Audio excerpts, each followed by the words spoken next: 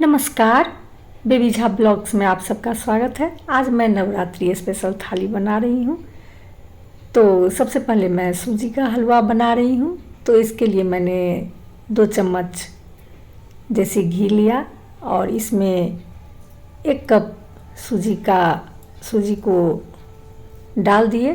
सूजी को अच्छी तरह से छान लिए और घी के साथ यदि सूजी को रोस्ट करते हैं तो जल्दी ही रोस्ट हो जाता है, ज़्यादा समय नहीं लगता है। और इसे हमें सुनहला होने तक चलाते रहना है। अब इसमें 1 छोटा चम्मच बेसन डाल देंगे। बेसन डाल देने से सूजी का टेस्ट बहुत अधिक बढ़ जाता है, कुछ डिफरेंट लगता रहता है। तो इसे तब तक भूनेंगे जब तक कि बेसन का खुशबू न आने लगे। और बेसन का खुशबू जब आने लगे तो जितना हम सूजी डाले थे जिस मेजरमेंट से, उसका 2.5 गुना पानी डाल देंगे। 1 कप सूजी डाले थे तो 2.5 कप पानी डाल देंगे। और जितना सूजी डाले थे उतना ही चीनी भी डालेंगे। वैसे चीनी आप अपने टेस्ट के अकॉर्डिंग डाल सकते हैं। और चीनी डालने के बाद इसे अच्छी तरह से मिला लेंगे। और ये 1 चम्मच किशमिश, 1 चम्मच कटा हुआ बादाम और 1 चम्मच कटा हुआ काजू, ये सब डाल देते हैं और इसे अच्छी तरह से चला देंगे और फ्लेम को लो कर देंगे और इसे ढक देंगे कुछ देर के लिए। ढक देने से सूजी अच्छी तरह से फूल जाता है और जल्दी ही तैयार हो जाता है सूजी का हलवा। तो ये थोड़ा ड्राई हो गया है, सारा पानी को एब्जॉर्ब कर लिया। तो आधा कप पानी और हम इसमें डाल देंगे। पानी हल्का गर्म करके ही डालेंगे और इसे अच्छी तरह से मिला लेंगे। ये सूजी का हलवा बनकर तैयार हो गया है। अब इसमें थोड़ा कुटा हुआ इलायची डाल देते हैं और ऊपर से 2 चम्मच घी डाल देते हैं। तैयार होने के बाद यदि आप घी डालते हैं तो बहुत ही अच्छा फ्लेवर आता है घी का सूजी में और टेस्टी भी बहुत लगता है। तो ये सूजी का हलवा बनकर तैयार हो गया। जब तक सूजी का हलवा बन रहा था तब तक चना को हम 5-6 घंटा भिगो कर छोड़ दिए थे और उसके बाद उस चना को थोड़ा पानी डालकर बॉइल्ड कर लिए हैं। चना और आलू दोनों अलग अलग बॉइल्ड कर लिए हैं। चना के साथ आलू बॉइल्ड करेंगे तो आलू थोड़ा ज़्यादा ही बॉइल्ड हो जाता है, तो इसलिए चना को अलग से बॉइल्ड कर लिए प्रेशर कुकर में और आलू को अलग से। तो ये हलवा तैयार हो गया। इसे हम सर्विंग बाउल में निकाल रहे हैं और इसकी कंसिस्टेंसी आप देखिए कितना अच्छा लुक दे रहा है।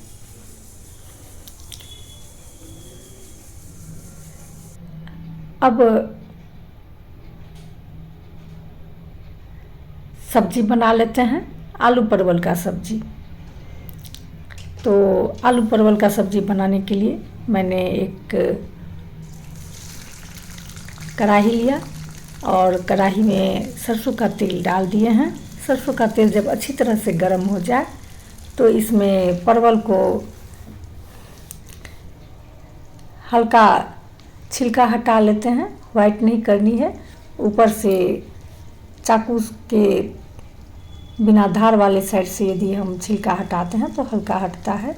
छिलका हटा लेने से परवल टेस्टी बनता है। तो इसे फ्राई होने के लिए छोड़ दिए तेल में।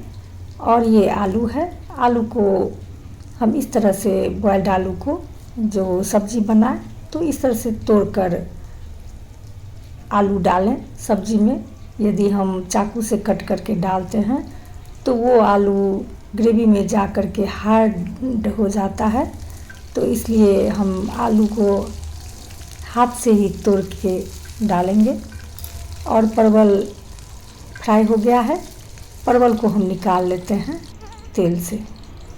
अब इसमें आलू को भी कुछ देर के लिए फ्राई कर लेते हैं। हल्का ये भी सुनहला हो जाएगा तो इसे भी निकाल लेंगे। फ्लेम को मीडियम पर रखेंगे। ये भी हल्का सुनहला हो गया है। अब उसी तेल में जीरा लेते हैं। जीरा जब चटक जाए तो कसूरी मेथी डाल देते हैं और 2 साबुत लाल मिर्च डाल देते हैं और थोड़ी सी हींग डाल देते हैं। और ये सब जब चटक जाए तो अदरक, नारियल, हरी मिर्च, टमाटर ये सबको ग्रेट कर लिए थे और इसे भी इसमें डाल देते हैं और इसे कुछ देर चलाएंगे। उसके बाद 2 बारीक कटी हुई टमाटर है, उसे भी इसमें डाल देते हैं।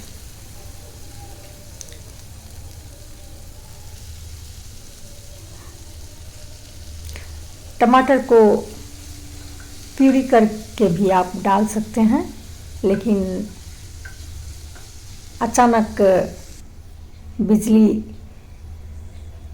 चली गई तो मिक्सी में नहीं पीस सके, प्यूरी नहीं बना सके, इसलिए इसे बारीक काट करके ही डाल दिए हैं। अब इसमें नमक डाल दिए और हल्दी डाल दिए हैं और जितना कॉमन मसाला होता है, धनिया पाउडर, काली मिर्च पाउडर, थोड़ा सा सब्जी मसाला पाउडर, लाल मिर्च पाउडर, ये सब डालकर थोड़ा सा पानी डाल दिए हैं जिससे मसाला जले नहीं। जब तक टमाटर पानी छोड़ेगा तब तक मसाला जलने की संभावना है, तो इसलिए थोड़ा सा पानी डाल दिए हैं और इसे कुछ देर के लिए ढक देंगे जिससे टमाटर अच्छे से सॉफ्ट हो जाए और मसाला भी अच्छी तरह से पक जाए। इसके बाद इसे भूनेंगे। तब तक चना बॉइल्ड हो गया है, आप देख सकते हैं। तो इधर आगे के रेसिपी का प्रिपरेशन कर लेते हैं। चना पानी डालकर बॉइल्ड किए थे तो उस पानी को थोड़ा सा एक बर्तन में निकाल लेते हैं और इसमें एक मीडियम साइज का आलू या बड़ा आलू है तो उसका आधा भाग इसमें डालकर अच्छी तरह से इस पानी के साथ मैश कर लेते हैं।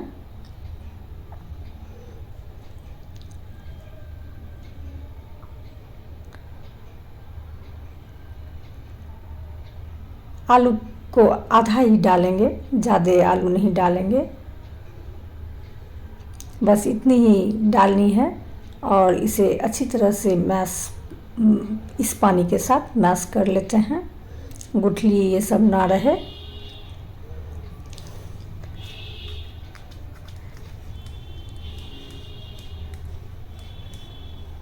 अच्छी तरह से इसे मैश कर लेते हैं।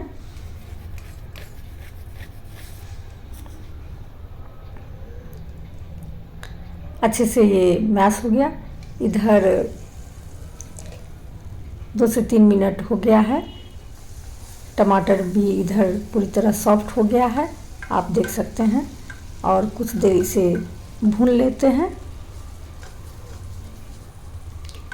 जिससे मसाला, टमाटर ये सब सॉफ्ट हो जाने के बाद अच्छी तरह से भुना जाए।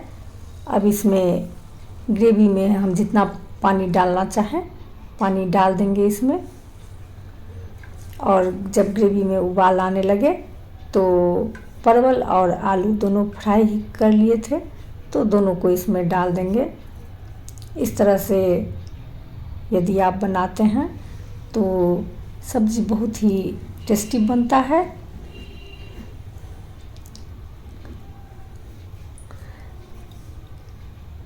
ये एकदम हलवाई स्टाइल में सब्जी बनता है।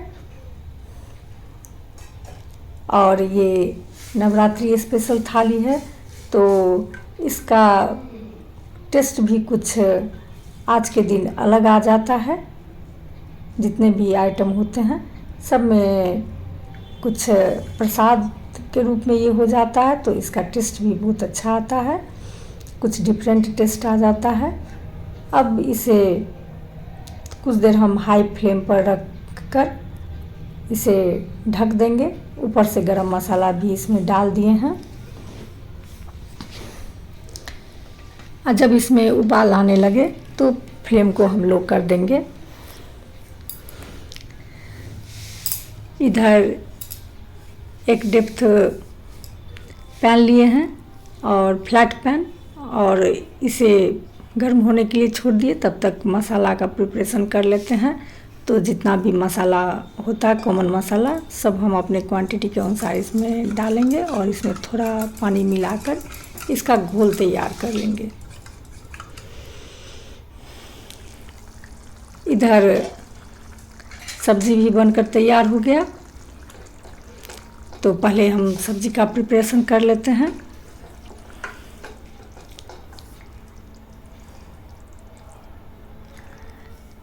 सब्जी को निकाल लिए सर्विंग बाउल में, और आप इसकी कंसिस्टेंसी देख सकते हैं।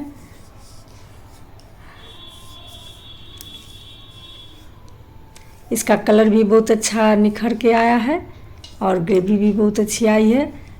अब इसमें थोड़ा सा हम बटर डाल दिए। बटर से सब्ज़ी का फ्लेवर बहुत ही अच्छा आ जाता है, और धनिया पत्ता से गार्निश कर दे रहे हैं। तो सब्ज़ी भी बनकर तैयार हो गया। अब चना की सब्ज़ी का प्रिपरेशन कर लेते हैं। काला चना जिसे बॉयल कर लिए थे, तो फ्लैट पैन लिए हैं, इसमें सरसों का तेल ही यूज़ किए हैं। जीरा, हींग, लाल मिर्च और 2 लौंग, एक दालचीनी, थोड़ा सा छोटा सा दालचीनी, ये सब इसमें डाल दिए। और थोड़ा सा कसूरी मेथी डाल दिए। तेल में ही कसूरी मेथी डालिए तो सब्जी का कोई भी सब्जी आप बनाते हैं तो उसका फ्लेवर बहुत अच्छा आता है। और अदरक है, ये ग्रेटेड अदरक है, तो इसे भी डाल दिए हैं। अब इसमें बारीक कटी हुई टमाटर डाल दे रहे हैं और इसे कुछ देर भून लेते हैं टमाटर को। और जितना भी मसाला हम का घोल तैयार किए थे उस घोल को इसमें डाल देते हैं और इसे कुछ देर भुनेंगे और फिर इसे कुछ देर के लिए ढक देंगे। तो टेस्ट के अकॉर्डिंग नमक डाल देते हैं इसमें। अब इसे कुछ देर के लिए ढक देंगे, करीब 1 मिनट के लिए इसे ढक देंगे फ्लेम को लो करके। तो टमाटर भी अच्छे से प्यूरी हो गया इसमें और मसाला भी पक गया है।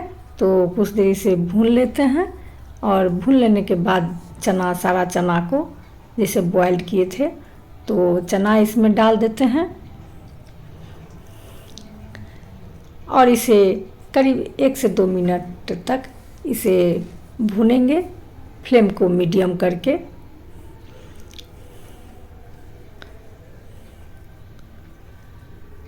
और 1-2 मिनट भूनने के बाद पानी में आलू को मैश किए थे उस आलू को पानी के साथ इसमें डाल देंगे।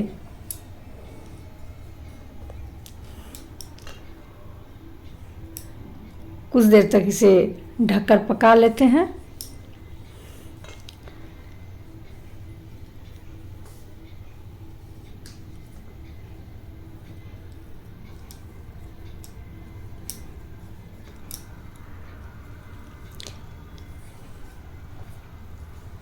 अब आलू वाले पानी को इसमें डाल दे रहे हैं। इससे ग्रेवी बहुत अच्छा बनता है और पता ही नहीं चलता है जो ये सब अनियन दिया हुआ चना नहीं है।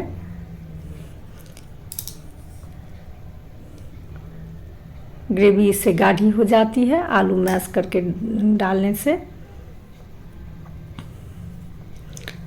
और फिर कुछ देर इसे ढककर छोड़ देंगे लो फ्लेम पर। इधर कचौरी का प्रिपरेशन कर लेते हैं। तो आटा में थोड़ा सा अजवाइन क्रश करके डाल दिए और घी डाल दिए हैं मोइन के लिए, और इसे अच्छी तरह से मिला लेते हैं।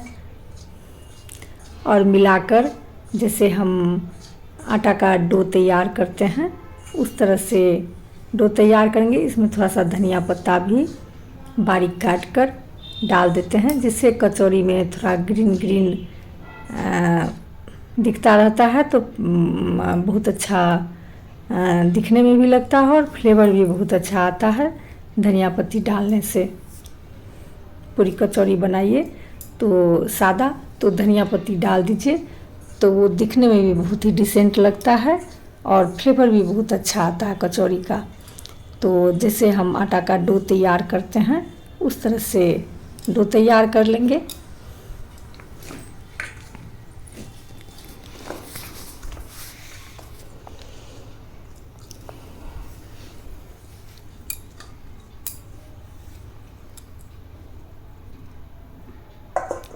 अब कुछ देर के लिए इसे ढककर छोड़ देते हैं रेस्ट के लिए। इधर चना भी तैयार हो गया है। आप इसकी कंसिस्टेंसी देख सकते हैं।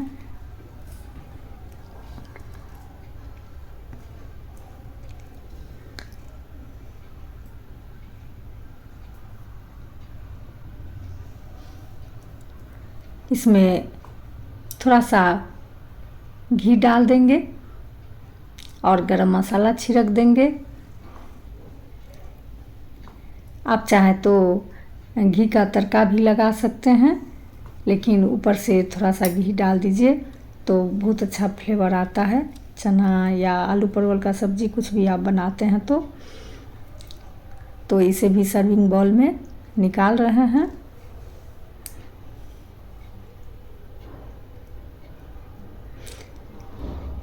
अब धनिया पत्ता से गार्निश कर देते हैं।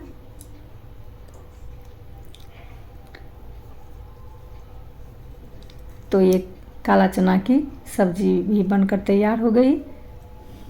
आप इसकी कंसिस्टेंसी देख सकते हैं, कितना फुला फुला और निखरा निखरा लग रहा है। अब कचौरी बना लेते हैं।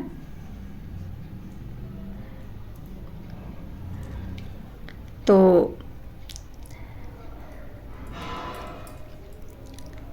कढ़ाई में कुकिंग ऑयल डाल दिए हैं। जब ऑयल अच्छे से गर्म हो जाए हम चेक कर लेंगे।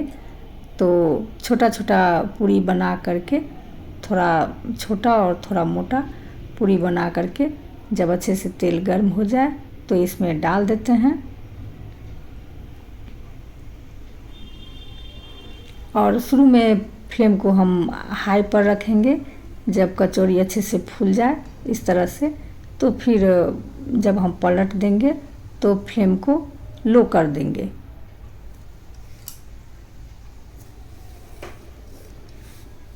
देखिए अच्छे से ये फूल गया है और इसे थोड़ा हम ब्राउन करके ही निकालेंगे, तो इससे क्रिस्पी भी बनता है और टेस्टी भी लगता है। तो इसी तरह से सारे कचौरी को हम बना लेते हैं। आप देख सकते हैं कितना फुला फुला निकल रहा है।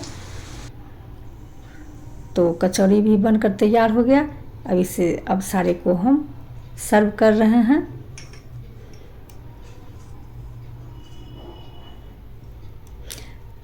तो कैसी लगी नवरात्रि स्पेशल थाली?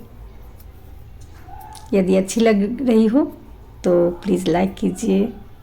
आप लोग लाइक नहीं करते हैं सब्सक्राइब कीजिए, कमेंट कीजिए, हमें मोटिवेट कीजिए, जिससे हम फिर आते रहें नए नए रेसिपी के साथ। तो फिर मिलते हैं नेक्स्ट वीडियो में। तब तक के लिए बाय बाय।